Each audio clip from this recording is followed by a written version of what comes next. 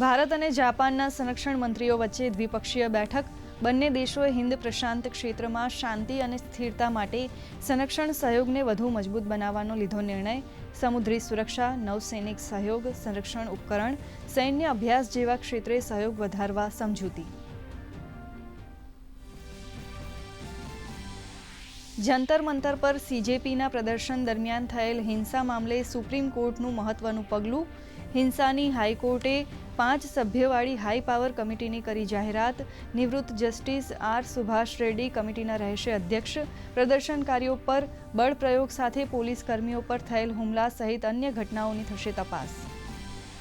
ઝારખંડમાં હેમંત સોરેન સરકારને ઝારખંડ હાઈકોર્ટનો મોટો આંચકો.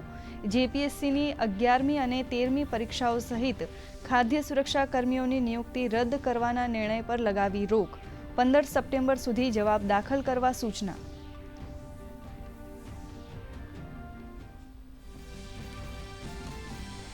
મુખ્યમંત્રી ભૂપેન્દ્ર પટેલની વોશિંગ્ટન ડીસીમાં વોલમાર્ટના એક્ઝિક્યુટિવ વાઇસ પ્રેસિડેન્ટ સાથે બેઠક.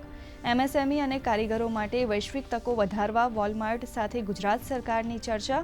વીજીજીએસ 2027 માટે મુખ્યમંત્રીએ કર્યો પ્રથમ આંતરરાષ્ટ્રીય રોડ શો.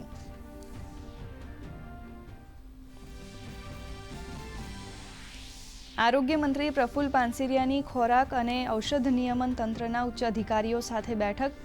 રાજ્યની તમામ રેસ્ટોરન્ટ્સમાં ખોરાકની ગુણવત્તા અને સ્વચ્છતા અંગે સઘન ચકાસણી કરવા આદેશ.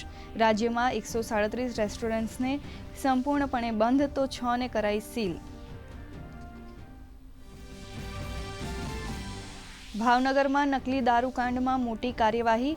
ભાવનગર જિલ્લાના એલસીબી પોલીસ ઇન્સ્પેક્ટર સહિત Bhavnagar range IG Vartej police સ્ટેશનના પોલીસ ઇન્સ્પેક્ટરને ફરજ પરથી કરાયા સસ્પેન્ડ. અત્યાર સુધીમાં 8ના મોત, 31 સારવાર હેઠળ તો 13 આરોપીઓના 10 દિવસના રિમાન્ડ કોર્ટે કર્યા મંજૂર.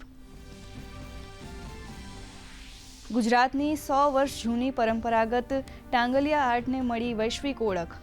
કચ્છના કેશાભાઈ વણકરને મળ્યું રાષ્ટ્રપતિ સન્માન. ટાંગલિયા આર્ટનો વિદેશોમાં દબદબો.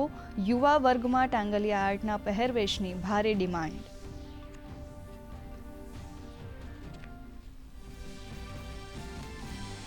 વર્લ્ડ બેડમિન્ટનમાં ભારતના આજે મહત્વના મુકાબલા.